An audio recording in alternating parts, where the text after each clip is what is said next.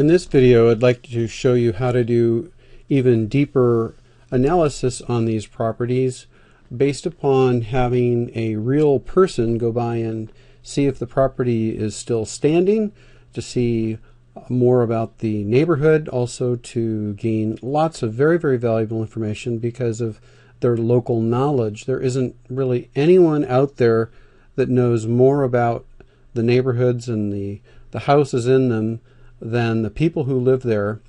And if they're trained in real estate like realtors are, they're a fantastic resource.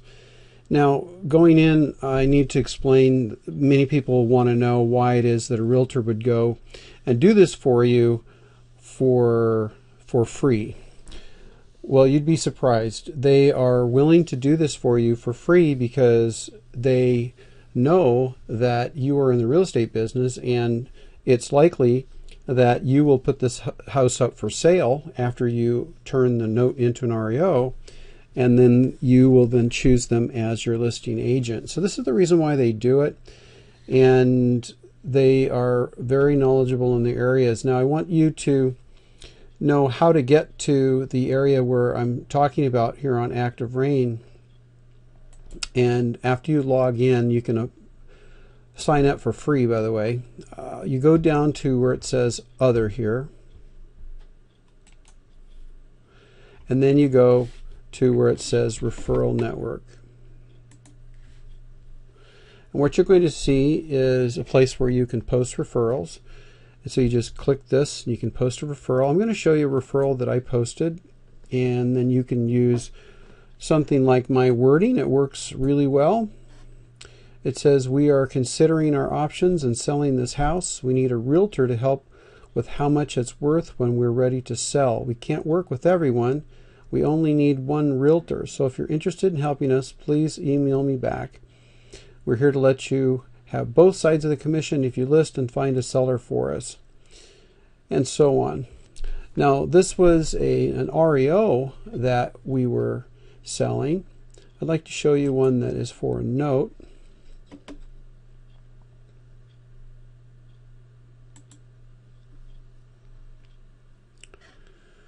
Hello, I'm looking for a real estate agent to pull quick comps, CMA, on a property that I'm in the process of purchasing the existing mortgage on. I just need a quick desktop CMA showing the past 3 to 6 months of sale and the previous solds, actives, and pendings.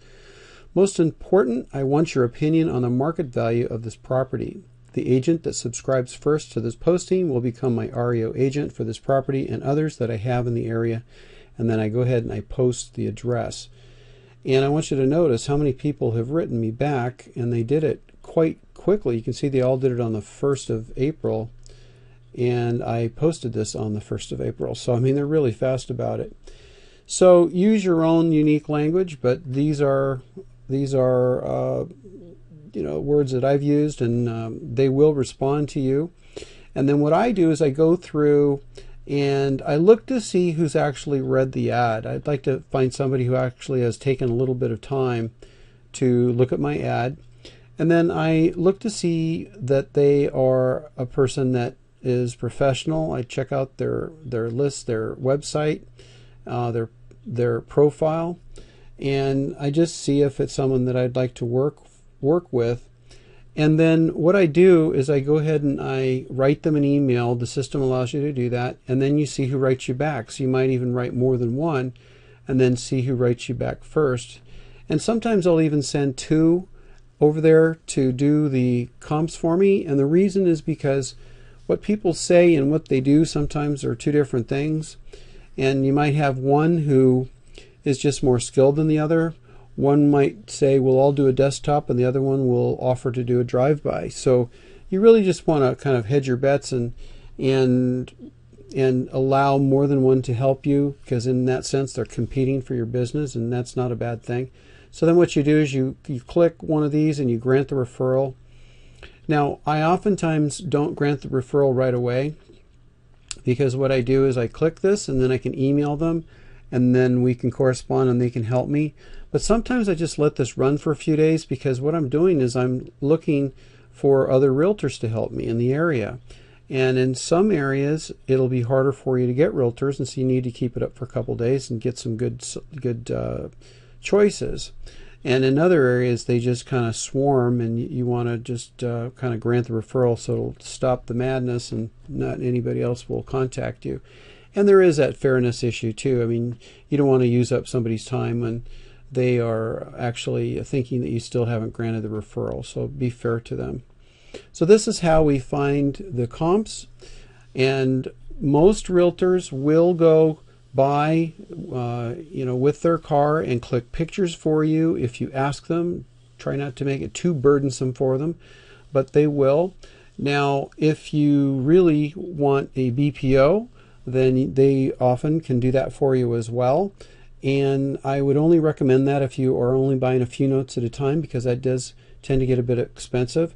But if you're only buying, say, 6 or less, then you might want to do BPOs. But if you're ordering 20 BPOs at a time, that could just really get cost prohibitive.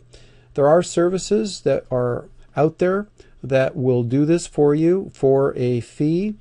And sometimes it's worth paying a fee to have someone do a BPO. And the reason is because Active Rain being free is not always reliable.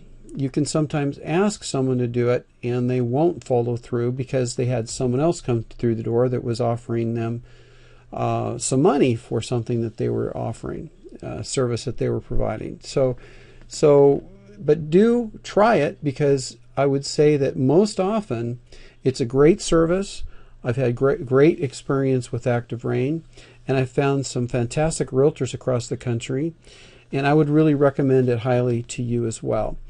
So the way we use this information then is, after you have this realtor go out, do this BPO if they are willing to do that, or they've done some CMA and perhaps a drive-by, then you're able to put that into your spreadsheet and see if the seller's estimated value is right or not, and that becomes part of my value column. And then once I fill in my value column, then all the other columns that we created before populate accurately, because as we were saying, we were keying these price plus taxes divided by BPO according to the accurate values rather than just the seller's estimated values. And so if you haven't done that, make sure that your formula is taking into account the my value column rather than just the seller's estimated value column, which we started with, but we wanted to make sure we got that to be more accurate.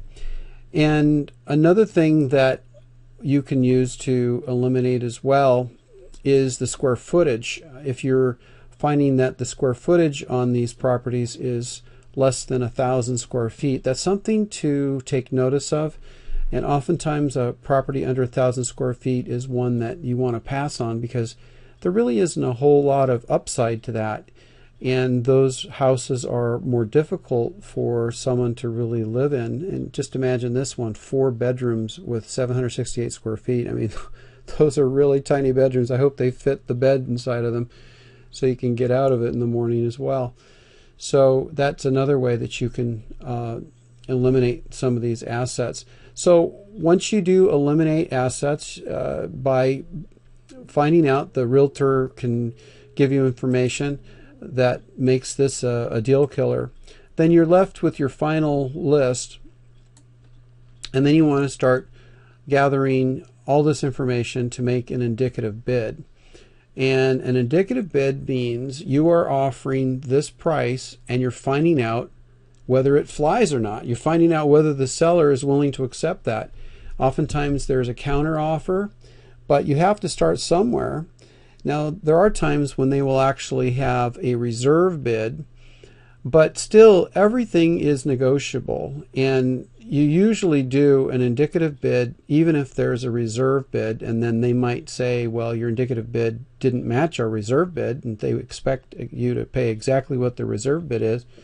But there are other times when even the reserve bid is negotiable. If it's, for example, an asset that they've been holding for a while and they'd like to move it down the road. So So use your indicative bids as a way to find out the seller's temperature and figure out what that price is based upon the tax information that you've gotten. And that's the next step that I would do right now. So I'm going to pause this video and bring up a website that you need to use to get tax information. While you're waiting for your realtor to report back the value of the property, you should go ahead and get an accurate amount of property tax that's owed on each of these properties. And the website that I use is Netter Online. You'll see here.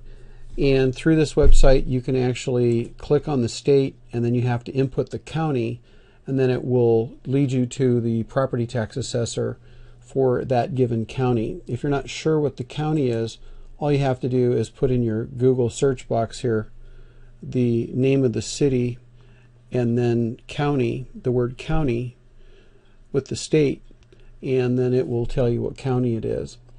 And so this website works, this technique works about half the time. About half the time the tax information is published online. The other half you'll actually have to call them, and you'll have to be very nice to them and ask them to please tell you what amount of tax is due on that property, and then you'll be able to get an accurate figure. So about half the time you can find it online, about half the time you have to make the phone call. But this is very, very important information, because just imagine if you think you're getting a great deal on a note for maybe $5,000, but then there are $10,000 in taxes. So suddenly it's not a good deal anymore because the property is only worth 30, right? So you're paying half of what it's worth. So you have to account for the taxes. It's really important. So after you know the taxes, then you'll be able to figure out the price plus the taxes compared to the actual value. And in this case, you'll be able to put in here the actual value that the realtor's given you. So you'll be able to put into the My Value column the real value of that property as far as that local realtor can determine, and then you'll know what percentage of the value of that property you're actually having to pay, including the taxes, because you always want to just imagine you're going to have to pay the taxes up as soon as you own that note, because there are times when you have to protect that note from getting taken away from you, basically, by the fact that the property is going to be taken by the city, and now you own a note on a property that the city owns. It's a mess. So you want to make sure that you pay those taxes up so that that property doesn't get jeopardized by a tax certificate sale, for example. So this concludes this video, and you know what to do now. All you need to do is take all this information, put it together, and figure out what your indicative bid is, and try to make sure that you don't pay too much. That's really important in this business.